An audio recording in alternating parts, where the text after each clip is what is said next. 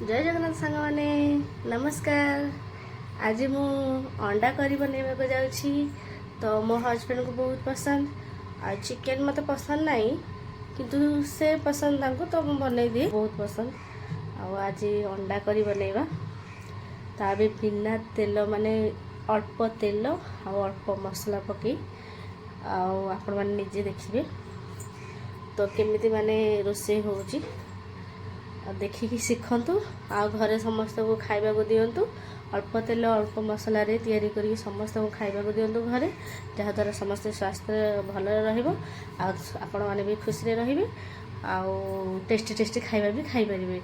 ठीक अछि तो आपण माने चलंतु देखिबा भी आपण माने को कहिबे केमती तरकारी केमती लागिची, भल लागुची कि खराब लागुची, कम तेल कम मसला रे केमती तरकारी टेस्टी हे परिबो सेटा मु आपण माने को सिखेबी। ओके चलो देखिबा। देखि केवल वर्षा ही होता है आज नहीं किसी जोर वर्षा होता देखिपे।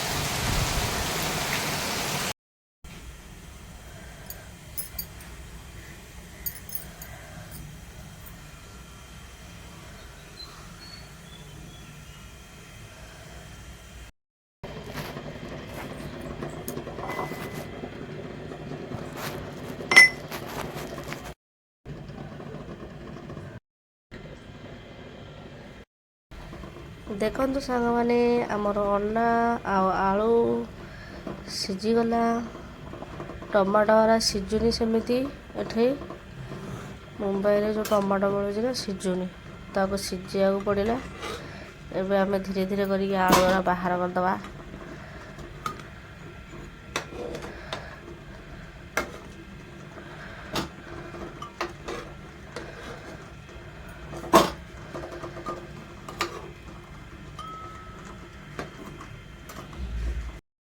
देखते सांग मैंने आलू टमाटो बाहर करदी। एबे अंडा को बाहर करके आम कौन करवा ना ठंडा पानी रे पकाया।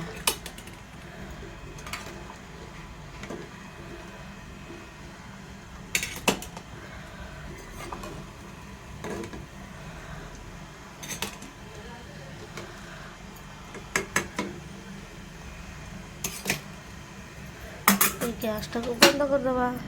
पानी गुड़ाक अंडा आलू को 5-10 मिनट में ठंडा हवा दबा। ठंडा आसला परे तार चोपा सब बाहर करवा। एबे चलो पियाज आ रसुण को छेचिबा। अंडा आलू टमाटर चोपा छड़ाई दिया गला। एबे कौन करवा ना ये आलू अंडा रे मसला टिके देबा, लुण सब देकी पकईदवा, लुण टिके हलदी टिके सब पकईकी रखिबा 5 मिनट में। सांग माने मो पाखरे तो कंटा चामच नाही तो एटा को मु यूज करछि। आपण माने भी कंटा चामच थिले यूज कर परिबे।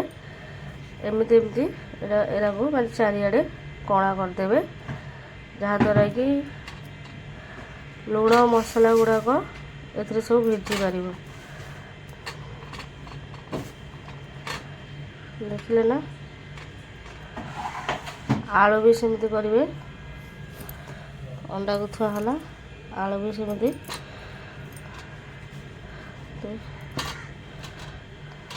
मसला को भिजी भितर से आलू को भी करदे से थोदबा। माने आमर सब अंडा आलू रे टिके टिके कणा माने टिके टिके देदेली। तापरे धनिया पाउडर टिके पकईदबा। धनिया पाउडर पकईले टिके टेस्ट अधिक आसो। तापरे हलदी टिके पकईदबा। हलदी धनिया पाउडर टिके आ किसी ना खाली हलदी धनिया पाउडर टिके पड़ला। तापरे कौन करवा ना लुण टिके पकईबा। काचड़ा वाला आसला लुण टिके लागू पकईदबा। अल्प टिके लुण पकईदबा ताको मिसई दबा। एमती गोले दबा भल भाव।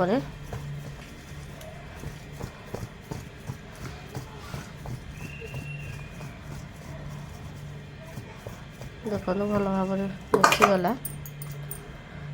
ମିଶିଗଲା ପରେ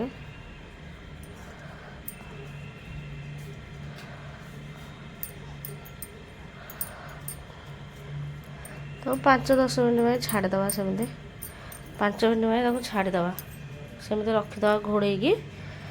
ତାପରେ ଏଇଟା ଟିକେ ମିଶିଯିବ ଆଉ ଆଳୁ ଅଣ୍ଡା ସହିତ ମସଲା ଟିକେ ଲୁଣ ଟିକେ ମିଶିଯିବ। ସେ ପର୍ଯ୍ୟନ୍ତ ଟିକେ ସମୟ ଘୋଡ଼େଇକି ରଖିଦେବା। ଆମ ଅଣ୍ଡାରେ ମସଲା ଭଲସେ ଲାଗିଯାଇଛି। ଏବେ ଆମେ ଗ୍ୟାସ୍କୁ ଅନ୍ କରିଦେବା, କରିକି କଡ଼େଇଟାକୁ ତାତିବା ପାଇଁ ଛାଡ଼ିଦେବା। ମୁଁ ଏଠି ମାନେ କଡ଼େଇଟା ଗରମ ହେଇସାରିଲା ପରେ ମୁଁ ଏଠି ତେଲ ଦେଲି। ଆପଣମାନେ, ମୁଁ ଏଠି ଫର୍ଚୁନର ସନଫ୍ଲାୱାର ତେଲ ୟୁଜ୍ କରିଛି।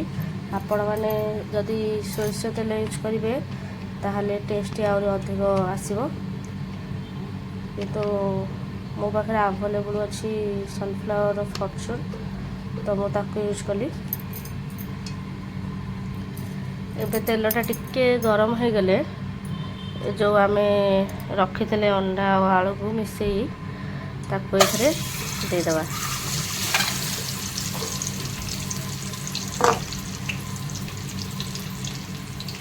ଦେଇକି ଭାଜିବା ତାକୁ ଭଲସେ।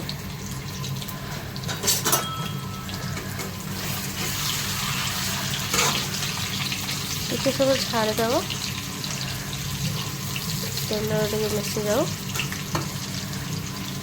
ତାପରେ ଆମେ ତାକୁ ଭାଜିବା ଭଲ ଭାବରେ। ଅଣ୍ଡା ଆଳୁ ବହୁତ ଭଲ ଭାବରେ ପାଚିଗଲାଣି, ତ ଆମେ ଆକୁ ବାହାର କରିଦେବା। ମୁଁ ଏକାଠି ଆଳୁ ଅଣ୍ଡା ପକାଇକି ଭାଜୁଛି। ଆପଣ ଚାହିଁଲେ ପ୍ରଥମେ ଆଳୁ ନହେଲେ ଅଣ୍ଡା ଭାଜିକି ତାପରେ ଏକାବେଳକେ ନ ଭାଜି ଦୁଇଟାକ ଅଲଗା ଅଲଗା ଭାଜି ପାରିବେ। ଯଦି ନ କରିପାରିବେ ଆପଣମାନେ ତାହେଲେ ଅଲଗା ଅଲଗା ଭାଜି ପାରିବେ। ମୁଁ କିନ୍ତୁ ଏକାଠି ଭାଜି ଦେଉଛି, ଟାଇମ୍ ନାହିଁ ନା, ସେଥିପାଇଁ। 8ଟା ମାନେ ମୁଁ ଛାଣିଥିବା ଅଣ୍ଡା ଆଉ ଆଳୁକୁ ଭଲ ଭାବରେ ବାହାର କରିଦେଲି। ତେଲ ଯାହା ବି ସେଥିରେ ତେଲ ବସିଛି ମୁଁ ସେଇଥିରେ ହିଁ ରୋଷେଇ କରିଦେବି, ଆଉ ତେଲ ପକାଇବାକୁ ପଡ଼ିବନି। ତ ପ୍ରଥମେ ଆମେ ଶୁଖା ମସଲା ଟିକେ ପକାଇବା, ଗରମ ମସଲା। ସେଥିରେ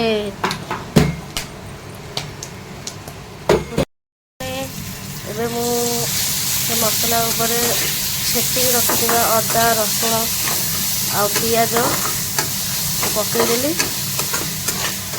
ଦେଖନ୍ତୁ ଟିକେ ଆକୁ ଭଲସେ ଭାଜିବା, ଯେମିତି କଞ୍ଚା ଅଂଶ ଟିକେ ପଳେଇବ। ଗ୍ୟାସ୍ର ଫ୍ଲେମ୍ ବହୁତ ସ୍ଲୋ ଥିଲା, ସେଥିପାଇଁ ଅଧିକ ଦେଇଦେଲି। ତମେ ମାନେ କଡ଼େଇରେ ଲାଗୁଛି କି ନ ଲାଗୁଛି ଦେଖିକି ଗ୍ୟାସ୍ର ଫ୍ଲେମ୍ ଅଧିକ ଆଉ କମ୍ କରିପାରିବେ। ଦେଖନ୍ତୁ ତାକୁ ଟିକେ ସମୟ ଭାଜି ହେବାକୁ ଛାଡ଼ିଦେବେ।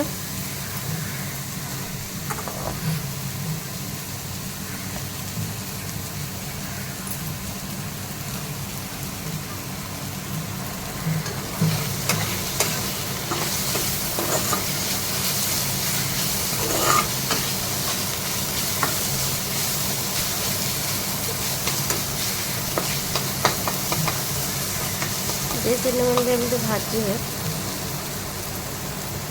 ମୋର ପିଆଜ ବି ଭାଜି ହେଇଗଲାଣି, ତ ଆମେ ଏଥିରେ କ'ଣ କରିବା, ଅଳ୍ପ ଟିକେ ପାଣି ଦେଇଦେବା।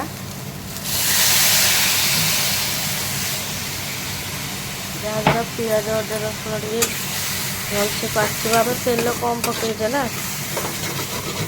ତ ପାଣି ଦେଇଦେବା। ଯଦି ଆପଣମାନଙ୍କୁ ତେଲ ଅଧିକ ପକାଇ ଖାଇବାକୁ ପସନ୍ଦ ଲାଗେ ତ ଆପଣମାନେ ଅଧିକ ତେଲ ବି ପକାଇ ପାରିବେ, ନଚେତ୍ ମୋ ଭଳିଆ ଅଳ୍ପ ତେଲ ପକାଇକି ଖାଇପାରିବେ। ଅଧିକ ତେଲ ପକାଇଲେ ସ୍ୱାସ୍ଥ୍ୟ ପ୍ରତି ବହୁତ ହାନିକାରକ ହୋଇଥାଏ। ସେଥିପାଇଁ ଅଳ୍ପ ତେଲ ଆଉ ଅଳ୍ପ ମସଲା ପକାଇକି ଆମେ ତାକୁ କୁକ୍ କରିବା। ତ ଦେଖନ୍ତୁ ମୁଁ ପାଣି ଦେଇ ତାକୁ ମସଲାକୁ ସିଝେଇଦେଲି। ଫାଷ୍ଟ ମସଲାକୁ ଭଲସେ ବାସ୍ନା ବି ବହୁତ ଭଲ ଆସୁଛି। ଏବେ କ'ଣ କରିବା ନା ଆମେ ଆସ୍ତେ ଆସ୍ତେ ଧୀରେ ଧୀରେ କରିକି ମସଲା ପକାଇବା। ଦେଖନ୍ତୁ ଇଏ ହେଲା ଧନିଆ ଗୁଣ୍ଡ ଅଳ୍ପ ପକେଇଲି, ତାପରେ ହଳଦୀ ଟିକେ ଲାଗୁ, ଯେହେତୁ ଆମର ଅଳ୍ପ, ଆମେ 2 ଜଣ ମଣିଷ ତ ଅଳ୍ପ କରିଛୁ, ସେଥିପାଇଁ ସବୁ ଜିନିଷ ଅଳ୍ପ ଅଳ୍ପ ଆପଣମାନେ ନିଜ ମାନେ ଫ୍ୟାମିଲିକି ଦେଖିକି ଯେତିକି ବି କରିବେ ତା ଅନୁସାରେ ପକାଇବେ। ଜିରା ଗୁଣ୍ଡ ଟିକେ, ତା ସହିତ କରି ପାଉଡ଼ର, ଗରମ ମସଲା, ଚିକେନ ମସଲା ଟିକେ। କ'ଣ ଛୁଉଁଛ ଖାଲି ମୋତେ? ହଁ, ପବନ ଖାଲି ସବୁଦିନ ବାଜୁଛି, ଏବେ ତମେ ଛୁଇଁକି କହୁଛ ପବନ ବାଜିଦେଲା। ଏମିତି ମିଛୁଆ ଲୋକଟେ। ଆଉ ଲଙ୍କାଗୁଣ୍ଡ,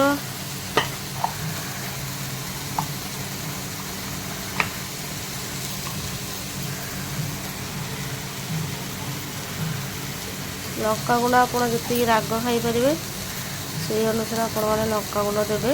ଆମେ ଟୋଟାଲି ବି ରାଗ ବେଶୀ ଖାଉନାହୁଁ, ବେଶୀ ରାଗ ଖାଇଲେ ରାଗିବାକୁ ପଡ଼େ, ସେଥିପାଇଁ ରାଗ ବି ଖାଉନାହୁଁ। ଏ ମସଲା ମସଲି ପକାଇ ସାରିଲା ପରେ ଟିକେ ଭାଜିଦେବା ତାକୁ, ମସଲା ମସଲିକି। ଯେହେତୁ ଆମ କଡ଼େଇଟା ଲାଗିଗଲାଣି ତଳେ, ତ ଆମେ ଆଉ ଟିକେ ପାଣି ଦେଇଦେବା।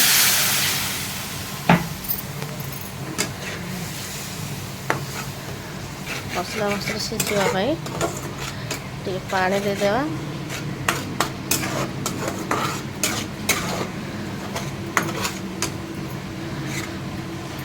ପାଣିଟା ମରିବା ପାଇଁ ଛାଡ଼ିଦେବା। ସାଙ୍ଗମାନେ ମୋର ପାଣି ପୁରା ଭଲସେ ପାଣି ମରିଯାଇଛି, ଆଉ ତେଲ ଟିକେ ଟିକେ ବାହାରି ଆସିଲାଣି। ଦେଖିଲେ ନା ଆପଣମାନେ? ଦେଖ, ପାଣି ପୁରା ଭଲସେ ମରିଗଲା, ଆଉ ତେଲ ବି ଆସିଲାଣି ହେରି। ତ ଆମେ କ'ଣ କରିବା, ଯେଉଁ ସିଝେଇକି ରଖିଥିଲେ ଟମାଟର, ତାକୁ ଏଥିରେ ପକାଇଦେବା।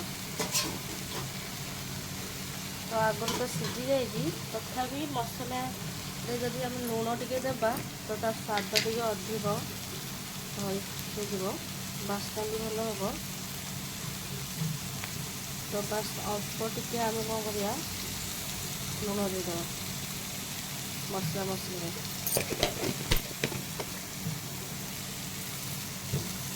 ଟିକେ ଲୁଣ ଦେଇଥିଲା ପରେ ତାକୁ ଆମେ ଭଲ ଭାବରେ ଭାଜିବା।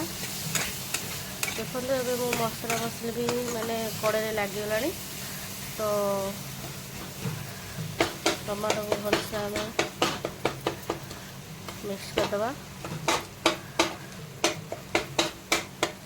ମୁଁ 2ଟା ଟମାଟୋ ନେଇଛି, ଆପଣମାନେ ଯଦି ଅଧିକ ଟମାଟୋ ନେବାକୁ ଚାହିଁବେ ନେଇପାରିବେ। ଯେହେତୁ ଅଳ୍ପ ଜିନିଷ ତ ଅଧିକ ଟମାଟୋ ନେଲେ ଆମ୍ବିଳି ହେଇଯାଇପାରେ, ସେଥିପାଇଁ ମୁଁ ଛୋଟ ଛୋଟ 2ଟା ଟମାଟୋ ନେଇଛି। ଆଉ ଏଠି ତ ବଡ଼ ଟମାଟୋ ହେଲେ ଅଧିକ ଦାମ୍, ଛୋଟ ଟମାଟୋ ହେଲେ ଟିକେ କମ୍, କିନ୍ତୁ ସବୁକିଛି ରେଟ୍ ଅଧିକ। ଏବେ କ'ଣ କରିବି, ମସଲା ମସଲି ଯେହେତୁ ଲାଗିଗଲାଣି ତ ଅଳ୍ପ ଟିକେ ପାଣି ଦେଇଦେବା। ଦେଖନ୍ତୁ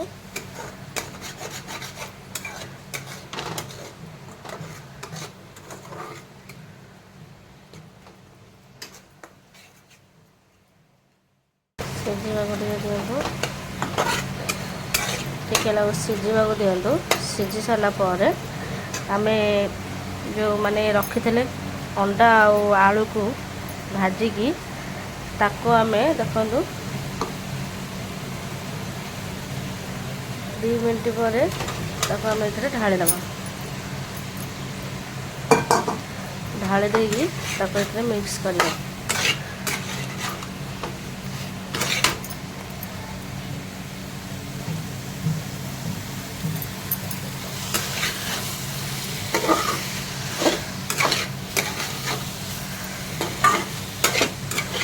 ଭଲ ଭାବରେ ମିଶାଇଦେବା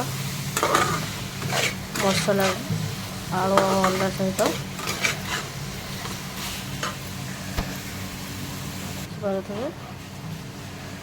ଏବେ କ'ଣ କରିବେ ନା, ତାକୁ ଭଲସେ ମିଶାଇ ସାରିଲା ପରେ ଗ୍ୟାସ୍ଟାକୁ ଟିକେ କମେଇ ଦେବେ। एथिरे लुण पड़ीला ना फास्ट टिके लागू टमाटर तो से ताकू देखिकी स्वाद अनुसार लुण टिके लागू पकेदवा स्वाद अनुसार लुण देदेले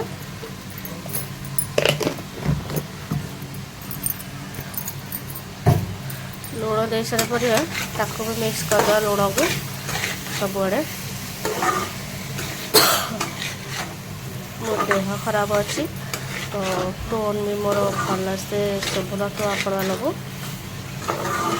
तो देख लुण देके मु मिक्स करदेली मसला को सब टे सीझी मसला मसला सहित अंडा सहित टे मिक्स हम गरम हम से आम 2 मिनट छाड़देवा देखुवा मझे मझे कि तले लगुच कि ना से आम 2 मिनट छाड़देवा तेल पूरा बाहर के आसूँ अल्प तेल पड़ता तथा देखो तेल केमती बाहर के आसूँ देखिपे एबे आम कौन करवा रखिदा पानी देदेवा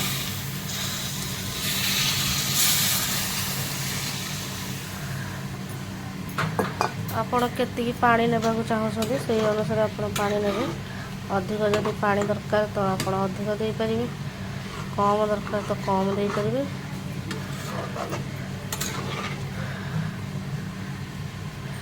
माने हमको जति पानी दरकार थिला हम सेति पानी दे देलु दे सरिया पर आपको आम घोड़े दवा 10 मिनट में घोड़े दवा 5-10 मिनट में घोड़े दवा से जमी फुटीज पूरा गैस टाक हाई फ्लोर रे रखिए जोरे जालिबे जमी जल्दी जल्दी फुटी जाए देखो सांग मैंने मोर अंडा तरकारी हो आसलानी देखो केते सुंदर भी देखा जाउची आपण मैंने भी करके खातु एमती भाव में कम तेल और कम मसला पकईकि देखिए बहुत भल लगे आपण मैंने देखुते ना केमी भाव में अंडा करी हो सारी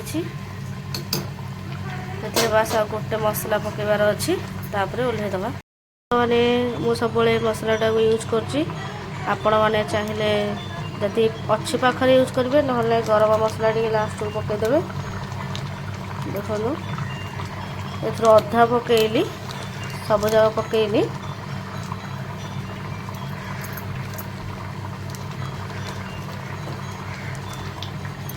आगो तापर देखो मसला पड़ला मैंने कलरटा केमी आस बहुत बढ़िया कलर आसची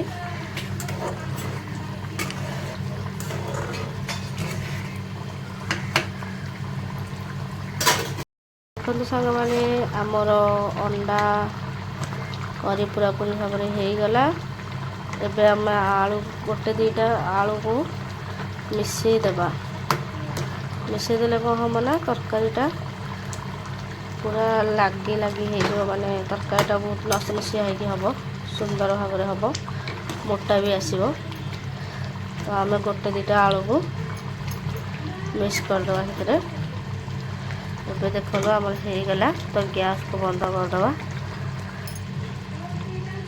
देखो केते बढ़िया से टेस्ट भी केमिति लगे कौन मो हस्बैंड खाई आपण मानक कहे टेस्ट भल अच्छी कि खराब अच्छी देखो कहे केमती तरकारी केमिति है हाँ सत कह मस्त है टेस्टी राण जहा हो कर परिश्रम मिलगला जो पर्यटन मुझे कर जहाँ भी तार तारीफ न शुणुची मो मन शांति माने भल है मंद है जाना को ही चाहूँगी सब जदि ठीक भल थी ताहले खुशी लगुच कि जहा हो मुझे जहाँ तार सफलता मिलला परिश्रमर तो टाइम तो हो गलानी तो टिफिन को पैक करदे